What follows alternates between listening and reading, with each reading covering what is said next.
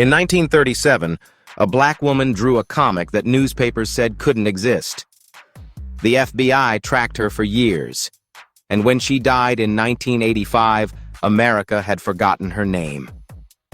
This is Jackie Orms, the first African-American woman cartoonist who created characters so powerful, so political, so unapologetically black and beautiful that she revolutionized an entire industry and sparked a 287-page FBI investigation.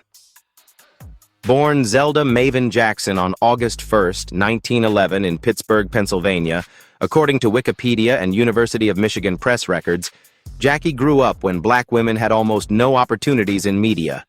Her father, William Winfield Jackson, owned a printing business and a movie theater. Her mother, Mary Brown Jackson, became a single parent when William died in a motor vehicle accident in 1917. Jackie and her sister Dolores were briefly raised by their aunt and uncle. But Jackie had a gift. After graduating from high school, she obtained her first job as a proofreader for the Pittsburgh Courier in 1930. According to JSTOR Daily Historical Research, she also completed freelance pieces on police beats, court cases, and human interest topics. Eventually, she began producing comics, and in 1937, she made history. According to the Billy Ireland Cartoon Library and Museum documentation, her first comic strip, Torchy Brown in Dixie to Harlem, ran for 12 months between 1937 and 1938.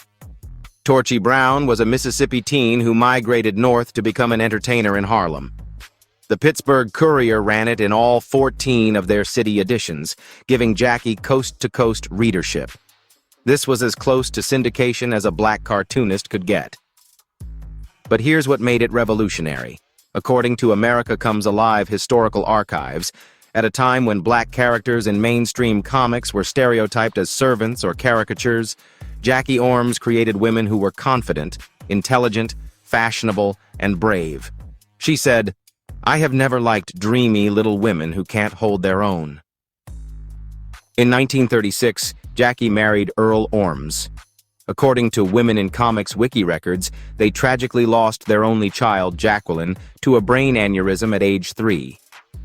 Many believe the little girl character Patty Jo that Jackie would later create was a representation of her deceased daughter.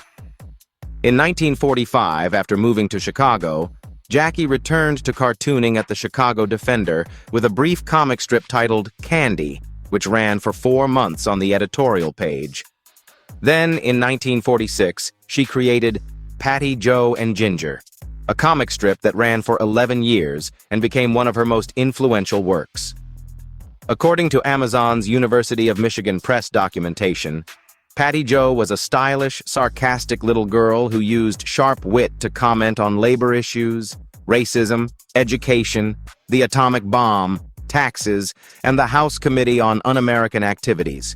The comic was so popular that in 1947, according to the National Museum records, Jackie contracted with the Terry Lee Doll Company to produce the Patty Jo doll, the first African-American doll based on a comic character, with features painted on by the cartoonist herself. It was the first American black doll with an extensive upscale wardrobe.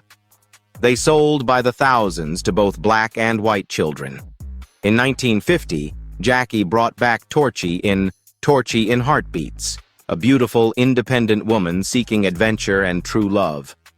According to historical documentation, the strip's last episode in 1954 showed Torchy and her doctor boyfriend confronting racism and environmental pollution in black neighborhoods, decades before environmental justice became a mainstream issue. But Jackie's leftist politics caught attention. According to the Life of Robert Hill historical research, the FBI investigated her during the McCarthy era. They tracked her steps, followed her to bookstores, interviewed her multiple times. Her file ran to 287 pages, 150 more than Jackie Robinson's. Jackie Orms retired from cartooning in 1956, though she continued creating art, murals, portraits, and still lifes, until rheumatoid arthritis forced her to put down her brushes. She remained married to Earl for 45 years until his death in 1976. On December 26, 1985, Jackie Orms died in Salem, Ohio at age 74 of cerebral hemorrhage. In 2018, she was inducted into the Will Eisner Award Hall of Fame at Comic-Con International. So here's my question. How many groundbreaking black women artists have been erased from history because their work was too bold, too political, too unapologetically black? Drop your answer in the comments. Tell me, did you know the first black woman cartoonist created dolls, fought environmental racism, and got a 287-page FBI file? Share this story with someone who needs to know Jackie Orms existed.